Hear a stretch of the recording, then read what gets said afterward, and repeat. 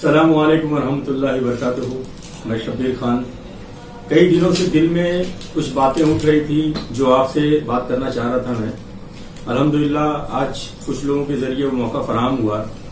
कई दिनों से दिल में ये महसूस कर रहा था कि हमारा मुमरा जो बहुत सी चीजों के लिए जाना जाता था आज कुछ गलत दिशा में जा रहा है। आज जो वक्त पे बुराई आई है हमारे शहर के ऊपर, हमारे मुल्क के ऊपर, सारी दुनिया के ऊपर, हम अपनी तरफ से क्या मैसेज दे रहे हैं?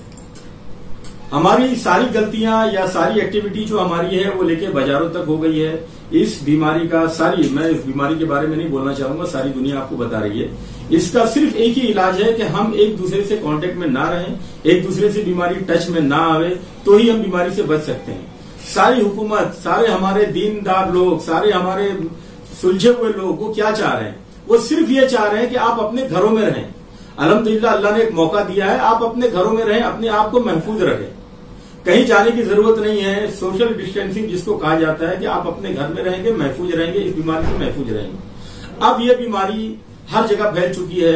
मुमरा में जैसा कि गुमान था हमारे बच्चों को, हमारे लड़कों को कि नहीं आएगी, ये गरीब बस्तियों में नहीं आएगी, या अमीर लोगों की जगह पे है, यह भी सब जगह हो चुकी है। चाहे वो गरीब इलाका हो, अमीर इलाका हो, सब जगह हो रही है।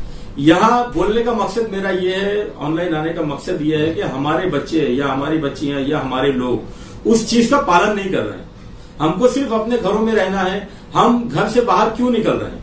अल्हम्दुलिल्लाह मैं नहीं कहूंगा कि सब लोग निकल रहे हैं, तकरीबन 80 से 90% लोग अपने घरों में हैं, लेकिन फिर भी 10% लोग वो आलू के लिए, प्याज के लिए, छोटी छोटी जरूरतों के लिए, कहीं पता चलता है कि बाजार लगी है वहां भीड़ लग जाती है। मैं सिर्फ आप लोग से ये रिक्वेस्ट करना चाहूंगा कि अपनी जरूरतों को थोड़ा सा कम कीजिए। कोई जरूरी नहीं है कि हम आज गोश्त नहीं खाएंगे या प्याज नहीं खाएंगे या नहीं खाएंगे कि हम मर नहीं जाएंगे। गवर्नमेंट ने हमसे सिर्फ 21 दिन मांगे थे, और वो भी कहीं कोई सजा के तौर पे नहीं थी। अल्हम्दुलिल्लाह वो अपने घर में रहना, अपने बीवी बच्चों के साथ में रहना, अपने लोगों के साथ में रहना, वालिदैन के साथ में रहना, ये मांगा था। तो मेरी आपसे हाथ जोड़ के विनती है कि कुछ दिन और हैं, 2 हफ्ते, 3 हफ्ते, 4 हफ्ते, क्योंकि ये मामला इतना आसानी से जाता हुआ नजर नहीं आता। जब तक इस बीमारी का कोई इलाज नहीं निकलेगा तब तक इसका मुस्तकिल तौर पे कोई इलाज नहीं अभी है। इसका सिर्फ हम बचने का तरीका यही अपना सकते हैं कि हम अपने घरों में रहें, लॉकडाउन का पालन करें, अपनी जरूरतों को कम से कम करें, अपने घरों से बाहर कम निकलें, अपने पास पड़ोस के लोगों को, अपने रिश्तेदारों को मना करें। तो मेरी आपसे रिक्वेस्ट है कि आप इस चीज पे कायम रहें, घरों से कम निकलें, और अपने साथ साथ में जो इस बीमारी की चपेट में आ चुके हैं या जो और भी दूसरी बीमारियों में मुब्तला हैं, मैं चाहूंगा कि आप तमाम लोग उनके लिए दुआ करें। हमारे अवार्ड साहब की तबीयत जो भी नासाज है, या उनके साथ के लोग हैं, शमीम भाई हैं, जो बेचारों ने अपने इस मुमरा के लिए बहुत कुछ किया है, मेरी तमाम लोगों से इल्तिजा है कि उनकी सेहतयाबी के लिए दुआ करें। अल्लाह ताला उन्हें जल्द से जल्द वापस इस मैदान में उतारें। और अपने अहले खैर हजरात से मेरी गुजारिश है कि अल्हम्दुलिल्लाह मुमरा में बहुत से ऐसे लोग हैं जो बहुत सा काम कर रहे हैं। मैं ज्यादा दूर तो नहीं जा पा रहा हूँ, जहां तक मैं गया हूँ मैंने राजू अंसारी साहब को देखा है, रेहान पित्तल वाले साहब को देखा है, शाह आलम साहब को देखा है। ये सारे लोग अपनी अपनी जगहों पर अपनी हैसियत के मुताबिक अपने जिस्मानी और अपने जितने पैसों से मदद हो सकती है लोगों से किया है। एनसीपी की पूरी टीम ने मदद किया है। जमीयत उलमा के लोगों ने अपने तौर पे, तमाम उलमा ने अपने तौर पे अल्हम्दुलिल्लाह बहुत किया है। लेकिन फिर भी ये जितना भी कार्य खैर का काम हुआ है, ये ऑलमोस्ट 1 महीना हो चुका है। सबकी अपनी इस्तात खत्म हो चुकी है। तो मैं अभी रिक्वेस्ट करूंगा कि अभी और जरूरत है। हमारा आने वाला 5 से 6 दिनों में जो रमजान का महीना है, बाबरकत महीना है, उसमें और भी लोगों को जो हमने शुरुआत में राशन दिया था या जो खाने की रिक्वायरमेंट थी, वो लगभग सारे घरों में खत्म हो चुकी है। अभी वापस से जरूरत है, और ये इतना जल्दी खत्म होने वाला नजर नहीं आ रहा है, क्योंकि ये 3 तारीख को लॉकडाउन खुलेगा, लेकिन लॉकडाउन खुलने के बाद ये बीमारी अपने आप घर जाने वाली नहीं है। ये मेरे हिसाब से अल्लाह न करे ये और लंबी जाएगी। हो सकता है हफ्ता, 10 दिन, महीना, 2 महीना, पता नहीं, क्योंकि जब तक इसका इलाज नहीं निकलेगा ये हमको अपने आप को कैद रखना है, अपने आप को बंद करके रखना है, एक दूसरे से बचा के रखना है ताकि बीमारी ना पकड़े। तो इसलिए ये और लंबा चलना है, सिर्फ 10 दिन की बात नहीं है। हो सकता है महीना, 2 महीना, 3 महीना इसके जाए। मैं आपको डरा नहीं रहा हूं, लेकिन एहतियात क्या, हो सकता है अल्लाह की मर्जी है कोई दवा निकल आए, कल सब लोग सही हो जाए। लेकिन एहतियात के तौर पे मैं अहले खैर से हजरात से जो भी जिनके पास जो भी बचा है, ये अल्लाह ने आपको बेहतरीन मौका दिया है। इससे और अच्छा मौका कभी नहीं मिलेगा।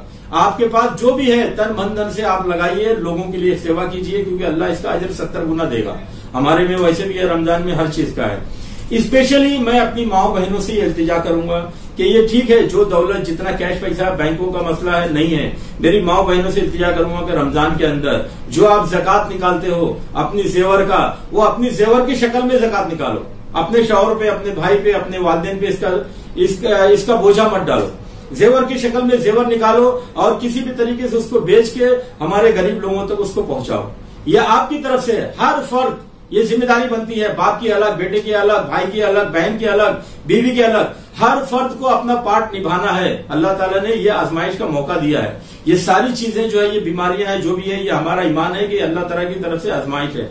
हर इंसान को अपनी आजमाइश में सही तरीके से उतरना है। तो मेरी ये इल्तिजा है कि अपनी माओं से, बहनों से जो भी चीजें हैं आप इसको निकालिए अपने अहले खैर, क्योंकि आज का जो मसला है वो हमारे गरीब का पेट का मसला है, 2 वक्त की रोटी का मसला है।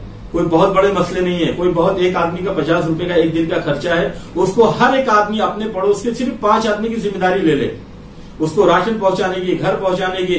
अगला महीना जो रमजान का महीना है, उस रमजान के अंदर अल्लाह ताला ने उसकी बरकतें बढ़ा दी है।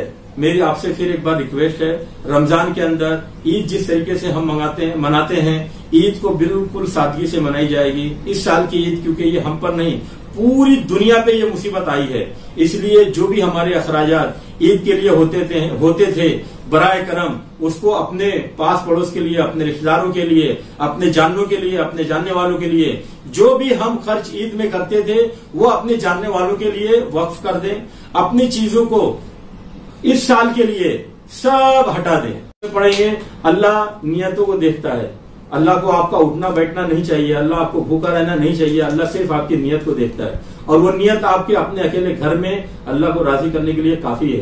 कोई जरूरी नहीं है कि आप सफों में जाके नमाज पढ़ें तो ही अल्लाह आपकी बख्शिश करेगा या अल्लाह आपकी बातों को सुनेगा। आप अकेले में नमाज पढ़ेंगे, अकेले में रोजा रखेंगे, अपने आप को महफूज रखेंगे तो भी अल्लाह आपकी उतनी ही सुनेगा। मेरी आपसे गुजारिश है, आने वाले रमजान में आप जब तक हुकूमत की तरफ से ऐलान ना हो तब तक घरों में नमाज पढ़ेंगे। जो भी अपनी इबादत है वो अपने घरों में करेंगे। ईद को हम सादगी से मनाएंगे, रमजान को हम सादगी से मनाएंगे। जो भी हमारे अखराजात से एक्स्ट्रा हैं उनको हम अपनों के साथ में शेयर करेंगे, चाहे जिस तरीके से, सिर्फ पैसा ही नहीं, अनाज है, फल है, फ्रूट है, कपड़े हैं, जो भी चीजें हैं जो साहिब हैसियत हैं। क्योंकि हमारे इतराफ में बहुत से ऐसे मजदूर हैं जो डेली के दिहाड़ी वाले थे। मुमरा में एक अप्रोक्सीमेट सिर्फ 10,000 रिक्शे हैं जो रोज कमाते थे और रोज खाते थे। सिर्फ आप 10,000 एक रिक्शे की मिसाल लोगे तो एक के पीछे 5 लोग होते हैं, मतलब 40,000 लोगों के आज खाने का मसला हो गया है। तो मैं अहले खैर हजरात से रिक्वेस्ट करूंगा कि वो उतरे, वो दें। नो डाउट हुकूमत अपना काम कर रही है, अवार्ड साहब ने अपना काम किया, हर लोगों ने अपना, फिर भी अभी भी जरूरत है सारे लोग नीचे आए और उनके पेट का इंतजाम करें। बाकी मेरी अल्लाह से यही दुआ रहेगी। आखिरी में यही कहना चाहूंगा, तमाम लोगों से मुअद्दबाना गुजारिश है, ये ठान ले, ये अहद कर लें कि ये ईद जो है वो अपने गरीब भाइयों के साथ में, अपने हमसायों के साथ में, अपने रिश्तेदारों के साथ में, अपने पड़ोसियों के साथ में मनानी है। बिल्कुल सादगी से मनानी है, क्योंकि हमारी ईद में कहीं ऐसा हो कि अल्लाह ने हमको दिया है और हम अपने बच्चों के साथ में खुशियां मनाएं और वही पड़ोस हमारा अगर उसको देखकर अगर उसके बच्चों के दिल में दुख होता है तो अल्लाह हमको माफ नहीं करेगा, यह हम पर एक कर्ज वाजिब हो जाएगा। और मैं आप तमाम लोगों से गुजारिश करता हूं कि ये कर्ज अपने ऊपर ना लें। अल्लाह ने हालात जैसा दिया, हम खुशी से उसका मुकाबला करें और अपनी ईद, अपना रमजान बिल्कुल सादगी से मनाएं। जो भी हमारे पास एक्स्ट्रा खर्चे हैं वो अपने गरीबों के साथ में उसमें शेयर करें। और स्पेशली एक बात कहना चाहूंगा कि हमारे मजहब के अंदर जो मदरसे हैं वो फुल्ली रमजान के अंदर डिपेंड होते हैं। उनके सारे अखराजात, पूरे साल के अखराजात जो है वो रमजान के चंदे से पूरे होते हैं। इस साल हर मसलक के मानने वालों ने, हर मदरसे वालों ने ऐलान किया है कि कोई भी सफीर घर से बाहर नहीं निकलेगा, पूरे हिंदुस्तान का कहीं से भी चंदा लेने नहीं निकलेगा। तो मेरी पुरजोर अपील है कि हर अपने अतराफ के मदरसों को आप ध्यान दें, क्योंकि उनका जो बच्चे वहां रहते हैं, खाते हैं, पीते हैं, उनका नस्ल जो है वो मदरसे के चंदों से चलता है। तो आप जो भी साहिब हैसियत हजरात हो, जितना हो सकता है वो अपने करीब के, हर इंसान सिर्फ अपने करीब के इलाकों की नजर रखे, इंशाअल्लाह अल्लाह खैर करेगा।